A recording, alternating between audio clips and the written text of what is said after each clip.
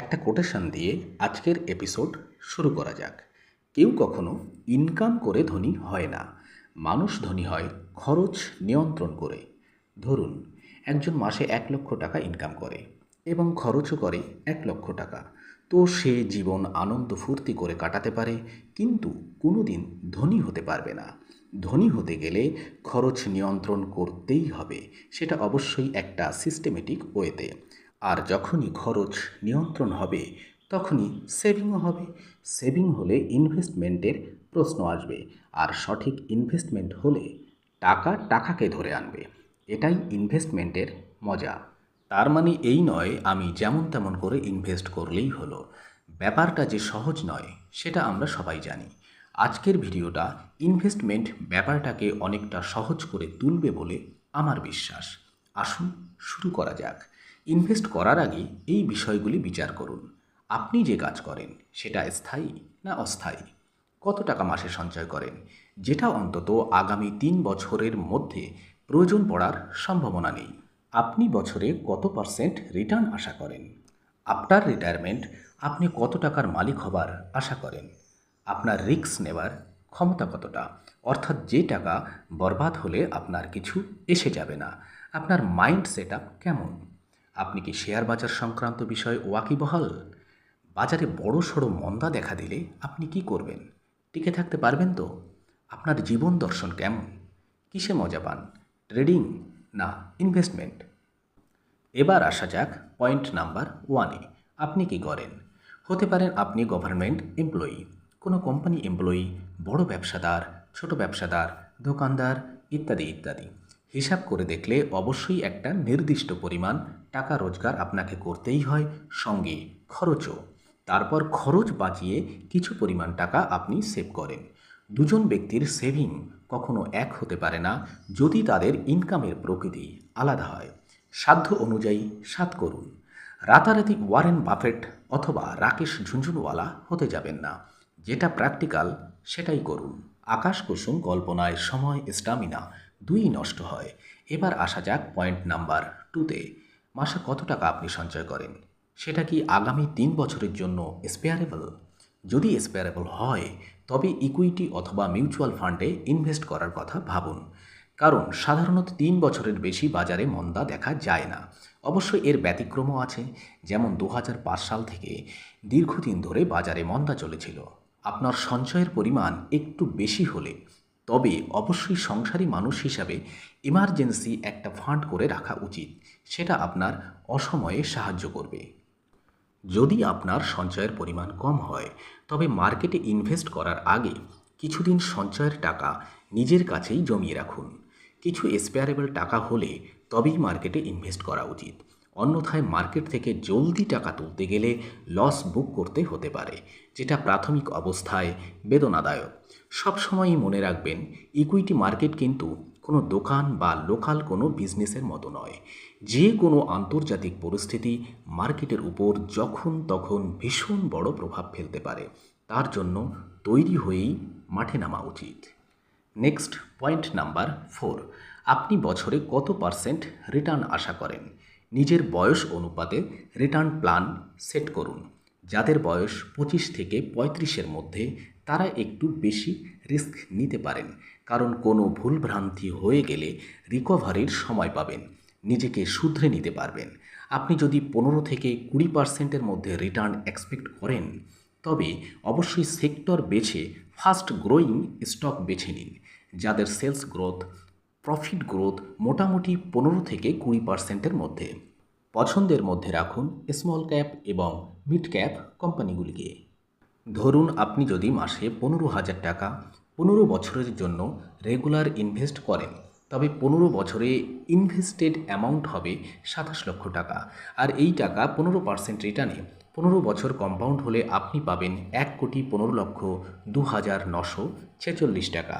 আর এই invested amount 20% রিটার্নে 15 বছরে compound হলে আপনি পাবেন 1,70,14,424 টাকা। এইভাবে নিজের বয়স অনুপাতে রিটার্ন সেট করে ইনভেস্ট করুন।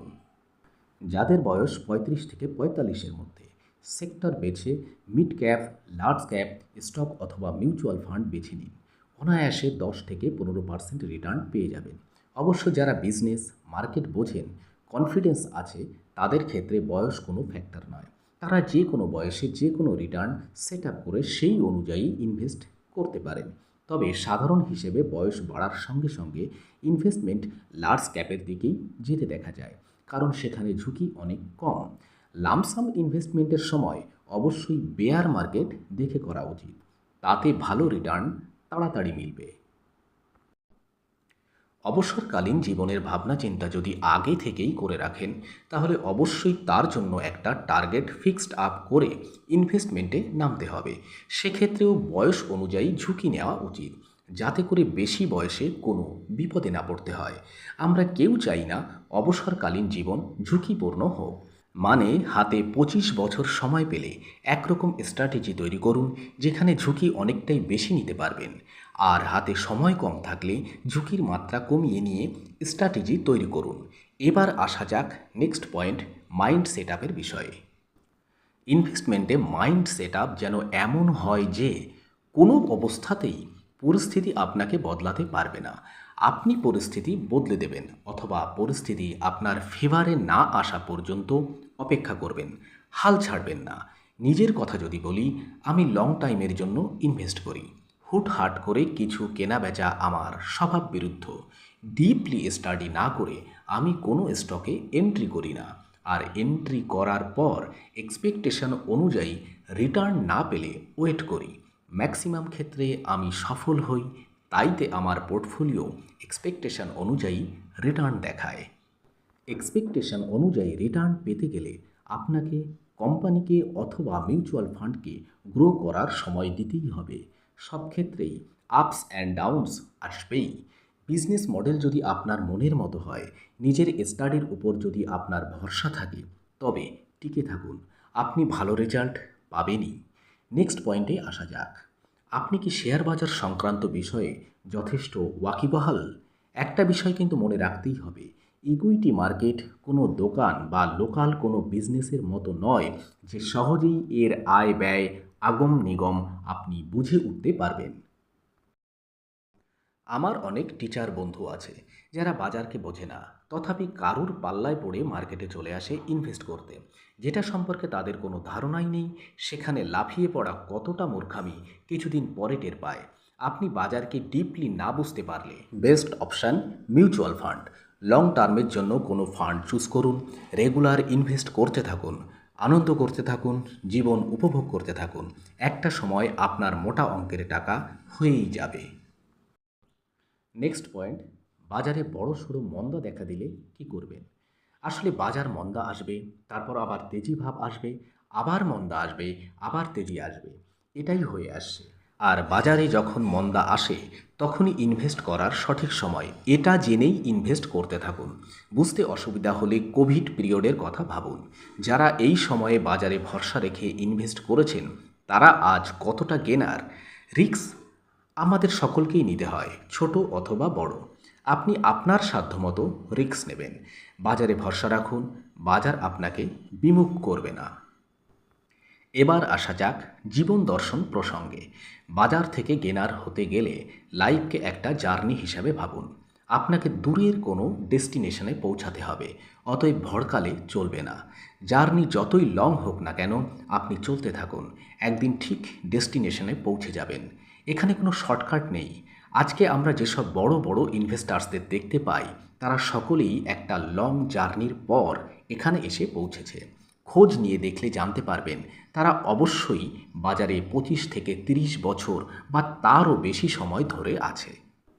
বাজার প্রতিদিন ওঠানামা করে। আর একটা প্রশ্ন, বাজার প্রতিদিন ওঠানামা করে কেন? বিষয়টাকে সহজ করে বলতে গেলে একটা ছোট্ট পাইকারি বাজারকে লক্ষ্য করুন।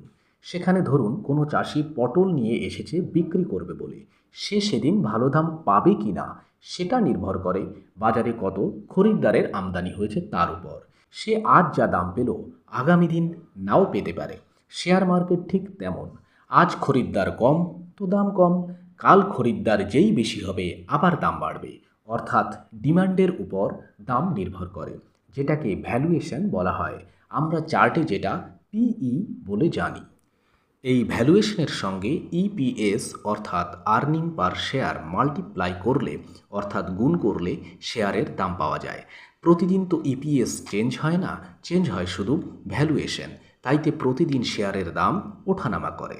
আপনার যদি ভরসা থাকে কোনো কোম্পানির বিজনেস ভালো চলবে, আর ভালো চলা মানে তার খরিদ্দারও বাড়বে, মানে ভ্যালুয়েশন বাড়বে, তার জন্য আপনাকে ভরসা করে অপেক্ষা করতে হবে।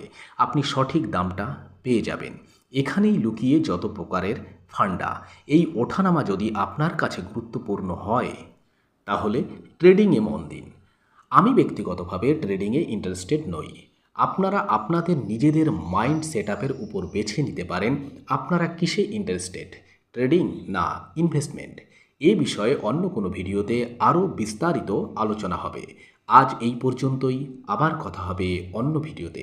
আজকের ভিডিওতে ইনভেস্টমেন্ট বিষয়টা আপনাদের কাছে পরিষ্কার হলো কিনা অবশ্যই কমেন্ট করে জানাবেন। সকলে ভালো থাকুন।